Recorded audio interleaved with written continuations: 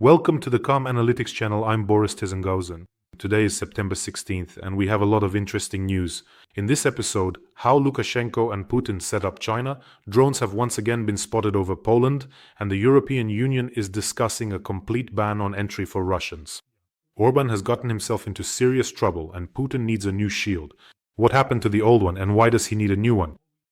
We'll talk about this and much more in today's episode, so if you're new to this channel, make sure to subscribe so you don't miss future episodes. So, Putin and Lukashenko have created a real problem for China, the closed Belarus-Poland border.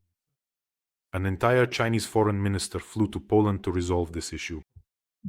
Moreover, the negotiations with his Polish counterpart lasted 3 hours. Radosław Sikorski, but they ended without any results. In other words, Warsaw refuses to open the border with Belarus, despite Beijing's requests. And now Chinese goods transiting through Belarus are already starting to face serious problems. According to the Belarusian Foreign Ministry, about 400,000 tons of Chinese goods used to cross the Belarusian border every month. We have to speak about this in the past tense now. And in 2024, more than 8 million tons of Chinese cargo passed through the Belarus-Poland border. So now China is suddenly losing one of its key overland routes for delivering goods to Europe. This is absolutely not what China needs right now, which is why the entire Chinese foreign minister came to Poland. And let me remind you, the last time he was there was 6 years ago. So this issue is so serious that he had to fly in personally. And once again, he left empty-handed. But for Belarus, this is an even more serious problem. Belarus would then lose a significant portion of its foreign currency earnings that it used to get from this transit, especially through the Polish route. Overall, the Polish route was the main transit corridor for Belarus. So now, whether you want to turn to Putin or to Xi Jinping, you'll have to make a choice. And just to be clear, all of this is happening mainly because of Putin's actions. That is, Poland closed its borders not only because of the Russian-Belarusian military exercises, but also because Russian drones, including those flying through Belarusian territory, ended up in Poland. That's how it is. I don't know what Lukashenko is supposed to do in this situation. He's gotten himself into a pretty serious situation. Friends, let me remind you that today we're starting an important fundraiser for our soldiers, for our combat medics, and also for our surgeons who are saving the lives of our defenders. Once again, the 1st Medical Battalion is asking for our help, and I think we will support them. They are working in extremely difficult conditions. They reached out to us, to you, the subscribers of this channel. I think we can really help them. I'm going to show you a video now, but I want you to watch it and pay attention to just how our combat medics are. Such beautiful, pure, bright people. Take a look. Military medicine is not just about working in operating rooms. It's constant large-scale construction of stop points, casualty collection points, and other work sites. It's the ongoing risk of relocations. It's logistics and vehicle repairs. And all of this requires a constant supply of resources, meaning money. When a need arises, we don't have time to gather or search for long. We have to work quickly. Together with Boris Tizengauzen's channel, we are launching a fundraiser for our unit's needs. We are raising 800,000 hryvnias for the battalion's needs, specifically for building materials, equipment, vehicle repairs, and consumables. This money will help us work efficiently and quickly address our needs. Thank you to everyone who supports our unit. Your support helps save lives.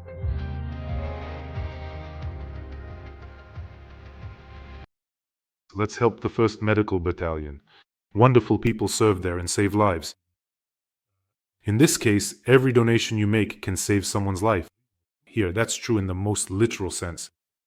The link to donate is in the description of this video and also in the comments. There is private, there is mono, and there is PayPal for those who want to help from abroad.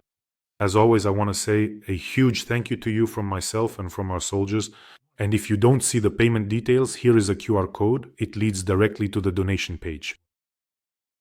And here's another piece of the puzzle in this story about the border closure and a serious problem for China, for Lukashenko, and an even more serious problem.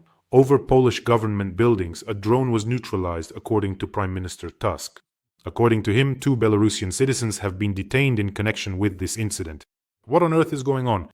But later it turned out that this drone, which was flying over Polish government buildings in Warsaw, and the presidential residence, by the way, did not pose a threat.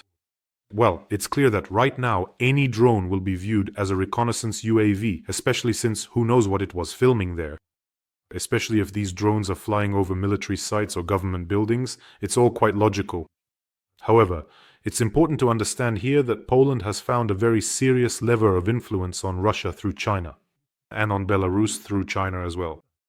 The only question is, well, and here I'm asking from the perspective of my country's interests, will Poland use this leverage solely for its own benefit, or will it also use it to help bring an end to the war in Ukraine? Against the backdrop of new points of cooperation, let me remind you, Poland and Ukraine are now launching a joint program to shoot down UAVs. There will be a Polish-Ukrainian program, and here it would be good for us to step up our contacts and get as involved as possible in this agenda. So it turns out that it is possible and necessary to exert influence, but at the very least, Poland will now try to radically resolve the issue with migrants. Let me remind you, Putin sends migrants to Lukashenko. These migrants are terrorizing the Belarusian-Polish border. There is already a Polish border guard who has died. In general, they are creating serious problems. The goal is to flood Europe with migrants, put a strain on budgets, destabilize the situation, and so on. It's important to understand that these migrants are being helped, including being guided to where they need to go, by Belarusian security forces. In other words, Lukashenko understands everything perfectly well. He tells fairy tales from time to time, just so you know. After all, he basically lives in a fairy tale world over there. He really has a whole story built around this, like when he claimed the Russian army got lost and ended up going through Kyiv, or when he said the Poles deliberately throw the bodies of migrants over the fence to him, supposedly because they freeze to death if they cross the border the wrong way in winter, and then the Poles, somehow by their arms and legs, I don't know, toss them over the fence to Lukashenko. In short, he regularly shares his sick fantasies as an alternative reality. That's why now they're going to deal with him regarding these migrants. Indicators, markers, if in the near future the flow of migrants from Belarus noticeably decreases, it means there is an agreement, and it means China is pushing through its interests. And by the way, lately Lukashenko hasn't exactly been making Putin happy. He invited American military personnel to observe the Zapad 2025 exercises. And he also released political prisoners at the insistent request of the United States. And that's why escalating the situation in Poland and closing the borders actually plays into Putin's hands, so that Lukashenko doesn't stray too far from his orbit. But the potato juice lately isn't even like Trofaldino anymore. That one was a servant of two masters, but this one is already a servant of three. So the third master is Donald Trump, while the first and second are Xi Jinping and Putin. Trump even gave him gold-plated cufflinks as a gift. And as popular wisdom says, you can't do the splits on three chairs at once. Sooner or later, as they say, the equator will snap. And there's yet another servant of three masters, the very same ones in fact, Viktor Orban, who also found himself in a difficult situation. The Hungarian authorities are hoping that Trump's threats regarding tariffs against China will come to nothing. That's according to Brian. Bloomberg reports this, citing sources.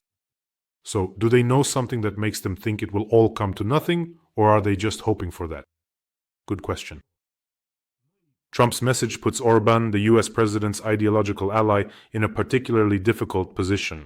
The Hungarian leader doubled down on importing Russian energy resources after the full-scale invasion. Hungary has also bet on Chinese investments, especially in the automotive and battery sectors.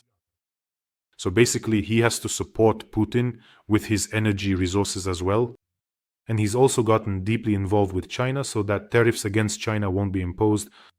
And he doesn't want to fall out with Trump either. That's quite a predicament Orban has gotten himself into.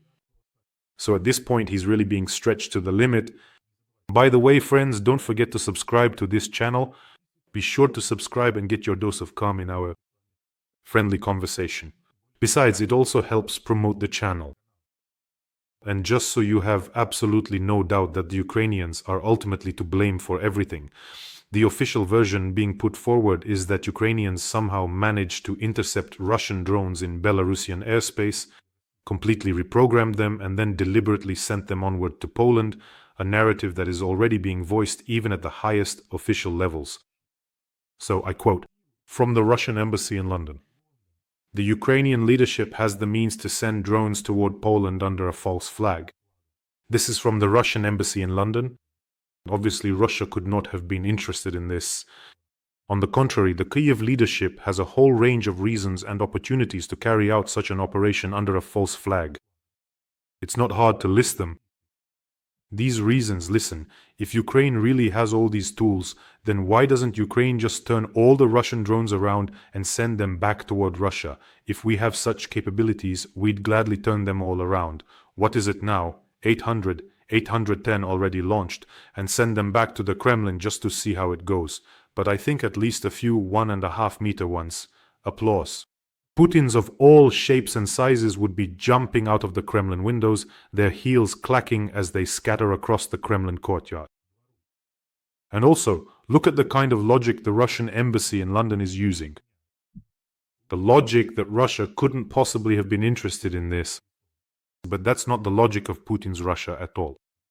Was Russia ever interested in to lose European markets, a significant share of profits? Or was it interested in becoming a global pariah? Or maybe Russia was interested in getting sanctioned? Or in becoming a vassal of China? Of course, I don't think that Russia, by the way, it's important here to understand who exactly is meant by Russia. Putin is one story. Russians are a completely different story. And Russians who do not support Putin are yet another story. So the logic of Russia's interest doesn't work here. What works is the logic of imperial ambitions, the caprice of the Tsar, and of course the support from the majority of the population, brainwashed by Russian propaganda. I watched the Russia on the Street survey and opinions there were divided. Some say that Russia has been set up again with these drones on Polish territory. Others say, even if it was us, so what? We can do anything, we can do it again. And what kind of country is Poland anyway? And what kind of country is Ukraine? And they should be grateful that it was drones and not nuclear missiles that came.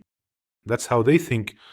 You see, half of them are missing most of their teeth, yet they're all dreaming of some kind of empire. And in the context of the fact that the majority, that's exactly how the deep patriots respond. The European Union is discussing a complete ban on entry for Russians. Discussions are currently underway as part of the 19th package of sanctions. Well, I don't think there will be a complete ban. Moreover, this package itself has also been postponed for now. Because Donald Trump said, first you impose sanctions, then I'll impose mine against those who buy Russian oil. And he says, you go ahead. Europe says, you go ahead. You know, it's like that story. You hang up the phone. No, you hang up first, and so on. So while Trump is playing this back and forth game, the review of the 19th package has been postponed. And an important discussion has emerged. Maybe they should completely ban entry for Russian tourists. With the main lobbyists for this, the main proponents of this idea are the Baltic countries, Poland and Finland. Well, that's pretty clear. Those who share a border with Russia. But France and the southern countries, which are heavily dependent on Russian tourism, don't want this. They're worried. They say, we'll lose money if we do that. And as a compromise, they're discussing introducing quotas on issuing Schengen visas to Russian tourists, as well as increasing the processing times for applications, raising the consular fees, and so on. In addition to visa restrictions, this package, number 19, may also include a Polish proposal to ban Russian diplomats from freely moving around the Schengen zone. This is a very important point. I'll explain why in a moment. In other words, Poland believes that Russian diplomats should be restricted to traveling only within the country where they are accredited. There's no need for them to be wandering around the entire Schengen zone. This is absolutely the right initiative, specifically aimed at weakening Russian intelligence operations. So, Russian diplomats, who are of course also Russian spies, will be banned from traveling from one country to another. If you're accredited in Poland, stay in Poland. This significantly limits the scope of their espionage movements and intelligence activities. It's absolutely the right thing to do. And while the discussion is ongoing, there's already a response. France and the so-called southern countries, Italy, Spain, Greece, are slowing down the push for a complete ban. So the basic scenario is tightening the entry criteria for Russians, but definitely not building a total wall. I specifically looked up how many Russians each country is accepting. So the leaders are Italy with 322,000, Spain with 259,000, and France with 200,000. The point is, they're not considering a blanket ban on all Russians, and certainly not a total comprehensive ban. It's a ban on short-term tourist visas. So what's the logic here? As long as Russia is at war with Ukraine, you have no business vacationing in Europe. That's the reasoning. Work, study, humanitarian cases, asylum, protection, family reunification, human rights defenders, all of that does not fall under this idea of a total ban. Only, so to speak, non-essential trips are affected, meaning short-term tourist visas. Actually, they could have handled this much more simply from the start. That is, there are a whole range of categories in the Russian Federation who should be permanently banned from entering civilized countries, namely, the entire Russian security apparatus. Police, prosecutors, tax officials, the National Guard, FSB, FSO, SVR, the Ministry of Emergency Situations, and so on. And that applies to both current and former members. And of course, all participants in this war must be included as well. And the second category is Russian officials of absolutely any level. You could also add employees of state corporations to this list or not, but I think that among those hundreds of thousands of visitors to Italy, France, and Spain, a large proportion are precisely from these categories, those who can afford to spend money. Corrupt officials, they love to send their families shopping in Italy, which is why for some reason they don't really care for Belarusian knitwear. And while I was recording this video, this episode received a final answer. Greece, Italy, Spain, France, and Hungary blocked the proposal to introduce new restrictions on issuing Schengen visas to Russians.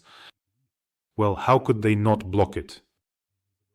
And now another one of our traditional segments.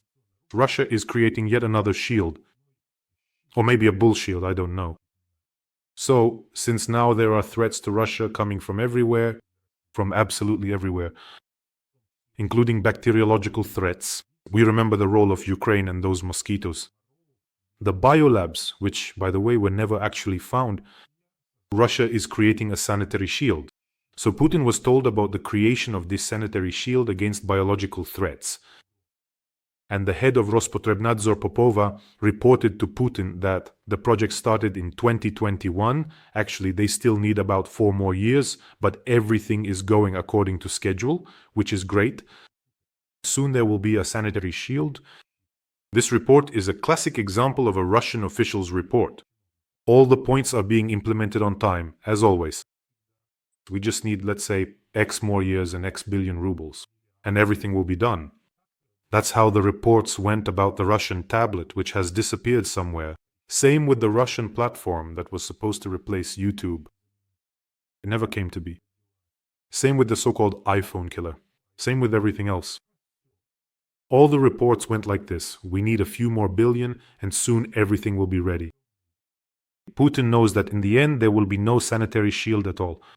Everything will be stolen. Popova knows it. Everyone knows it, but visually it looks like Putin has everything under control. They report to him about some sanitary shield and something else. This is the picture in any Russian news broadcast. By the way, speaking of the sanitary shield, Putin was the one who decided to set it up. Here they're turning it against the West, but maybe it should be aimed the other way, towards the East. You and I remember where and what kinds of viruses have come into this world from. Honestly, it even feels like this coronavirus was in some past life. Empty streets, vaccination. Where are those vaccines? Who is supposed to get vaccinated and with what? The rush for antiseptics, masks, everything closed, boarded up. And just as we caught our breath a little, the war started. I mean, I don't know, did our generation in Ukraine hit some kind of negative jackpot or what? Both an epidemic and the war, all in one package for us here.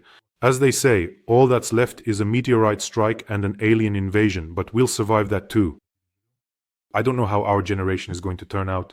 To call it the titanium generation, I like that there's this trend now where people make videos about kids then and now. Like before, kids would say, I don't want pasta, I want sushi. And then there are videos of kids back then, like a video of a child running with the caption, me just trying to survive. And the kid is running with a bucket as big as himself, away from a flock of geese that are taller than him. He's running, crying, and trying to get away. I mean, I don't know, childhood back then was something serious. Carbide with water, you remember that? Hide and seek at construction sites, jumping from building to building where there were no stairs, rebar sticking out everywhere. Hide and seek, throwing gas canisters into the fire was also a great pastime. Going into the woods without asking, camping with a stick for roasting, and you absolutely had to climb onto the roof of a house or even into the attic, onto the roof. After every movie we watched at the video parlor, whether it was Chinese or Japanese, we'd start throwing ninja stars that we'd cut out of sheet metal, throwing those stars around. It's a miracle no one lost an eye. Usually we'd throw them at the wooden door of the dumpster area or just at the wooden door of the building entrance. And for many people, just so you understand, for many kids, their dads actually helped them make and sharpen those stars. Here you go, son, go play in the yard with this ninja star. I don't even know what else there was. There were also firecrackers. You could also catch tarantulas. Why? So, you take a piece of string, some modeling clay or chewing gum, if you are really rich, and you'd stick it into the hole to catch that tarantula spider. Why? Top-tier entertainment. That was the ultimate fun back then. Running away from a drunk guy. That was like a premium-level adrenaline-filled attraction. You know, in my childhood, there weren't that many drunks around. So if someone was out and about during the day, at night people slept, but during the day, if some drunk wandered somewhere and fell into some bushes to sleep, that was it, the excitement began. Kids would run through all the courtyards shouting, "Hey, there's a drunk by building 25. And everyone would gather and go to look at this drunk guy. Well, when he was lying there in the bushes, he would turn over like a bear, growling, and everyone would just scatter, running in all directions, hiding across 100 courtyards and so on. And just imagine, our parents had no idea where we were. They really didn't know. Kids didn't have mobile phones. The only way to call your child was to lean out the window and shout their name. Or you'd ask all the kids, "Hey, have you seen him?" "Yeah, he's over by the school." And so on. That was also... You could also, go down to the basement with candles. Go where the rats were, with all those cobwebs and fleas. You'd come out of there completely filthy, covered in some kind of grime and rust. Pipes, fiberglass from those things. And then you'd be like, "Oh, let's go grab a bite to eat." And off you'd go to eat something. Anything green, you could already eat it. Greens. Apricots, plums, I don't know, cherry plums, anything green and sour, it was great. You'd eat a whole kilo of it, just like that, with those same hands right after being in the basement. So yeah, sorry, I got a bit sidetracked there. As for the sanitary situation, well, for Putin, the damned West will always be to blame for everything, at least that's the narrative he's already building. With the money Putin has spent on the war, it would have been possible to... Honestly, in Russia, I don't know, make every family happy. Buy apartments for everyone who doesn't have one. And there would still be a lot of money left over. Treat everyone, or at least provide surgeries and pay for treatment for all seriously ill children. So much good could have been done, but no, Putin decided otherwise. And as for Putin building something there on paper, a sanitary shield, while Russia ranks first in the world for the speed of HIV spread and has catastrophic tuberculosis rates. But no big deal, it'll heal before the wedding. The main thing is the sanitary shield. Meanwhile, yet another Russian oil refinery has come face to face with Ukrainian drones, so to speak. The Saratov refinery got hit again, there was a fire, explosions. In local social media, by the way, people wrote that the drone raid was terrifying. Local authorities aren't reporting the consequences. Well, obviously, you know what's encouraging? That modern and other good people have achieved such frequency and intensity of strikes on Russian refineries that every day or every night 1 or 2 Russian refineries get hit. And that's wonderful. No matter how much some of our Western partners have asked us not to, but in this case Ukraine decided to just monotonously, methodically, but densely strike at the Russian oil refining industry. And that's the right thing to do. If only our partners would give us something a bit more interesting. Then Putin would definitely be asking to come to the negotiating table. Maybe he already would have. But apparently not everyone wants that. And now the UN Commission, speaking of everyone, or not everyone, the UN Commission has recognized Israel's actions in the Gaza Strip as genocide, according to Forbes. I thought, wow, turns out the Organization of Concerned Nations can act pretty quickly. And you know what's notable? The UN Commission still hasn't recognized Russia's actions in Ukraine as genocide. So if the world, I still remember those wonderful representatives of the UN who literally flew to Putin's summits just this past year, stuffing themselves with sweets, maybe something else too. So if the world wants to move forward in a civilized way after this war, all these impotent institutions will need to be dismantled and rebuilt from scratch, without any exclusive veto rights for certain countries. But for some reason, I doubt that's how it will turn out. Everyone is fine with everything as long as it doesn't affect them personally. Well, Ukrainians have shown the whole world that you can fight even against an enemy who vastly outnumbers you in both manpower and equipment. So take the example of Ukrainians, follow their lead, and help Ukrainians. It's important. Right now, it depends on Ukraine whether Putin will move further into Europe or not. So friends, take care of yourselves, take care of your loved ones, subscribe to this channel, and let's support our combat medics, our surgeons who save lives every day while risking their own. Wishing us all a peaceful day and of course glory to Ukraine.